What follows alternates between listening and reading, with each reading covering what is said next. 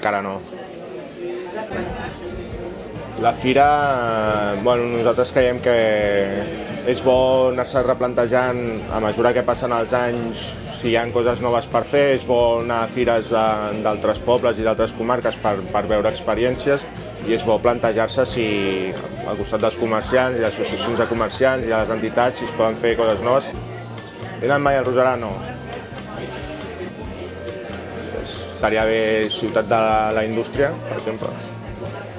No. Jo crec que el soterrament és molt complicat que arribi en un termini mig curt de temps i si arriba algun dia suposo que primer haurem de ser un país normal i ser un estat independent perquè hi hagi un estat que no ens vagi a la contra, que tingui en compte aquesta infraestructura que és vital, no només per Sant Feliu sinó per la comarca sencera.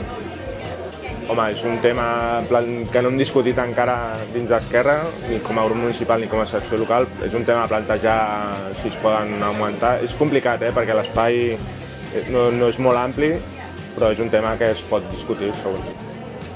Poc concret. Quina acció de govern m'ha agradat més fins ara? Haig de pensar, Crec que hi ha una voluntat de diàleg que és real, però crec que, sincerament, el govern de negociar en sap poc. Però la voluntat de parlar amb tothom hi és. Doncs, per exemple, com s'ha portat el PAM, el procés participatiu, entre cometes, del PAM, no el compartim.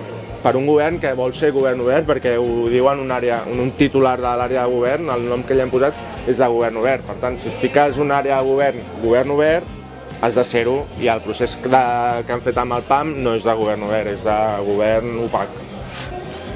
Doncs això, m'ha sorprès potser positivament aquesta voluntat de diàleg amb tots els grups, que s'ha de reconèixer que hi és, m'ha sorprès positivament.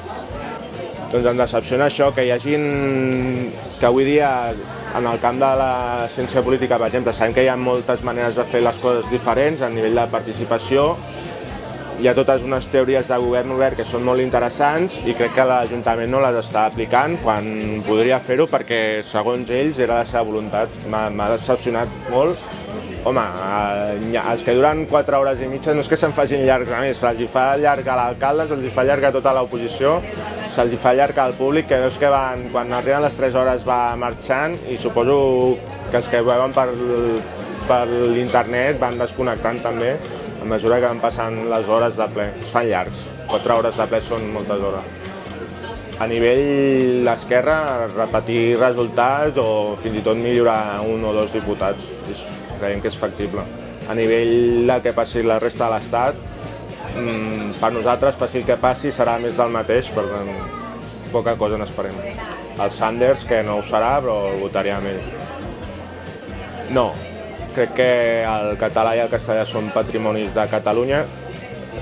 Diferenciaria la diagnosi del que fa el grup Koiné, que podem estar d'acord que el català està en risc avui dia, però no comparteixo les polítiques per fer front a aquesta diagnosi que fa. Crec que per mi un futur estat català no hauria de tenir llengües oficials. El català hauria d'estar molt protegit, però no haurien d'haver llengües oficials.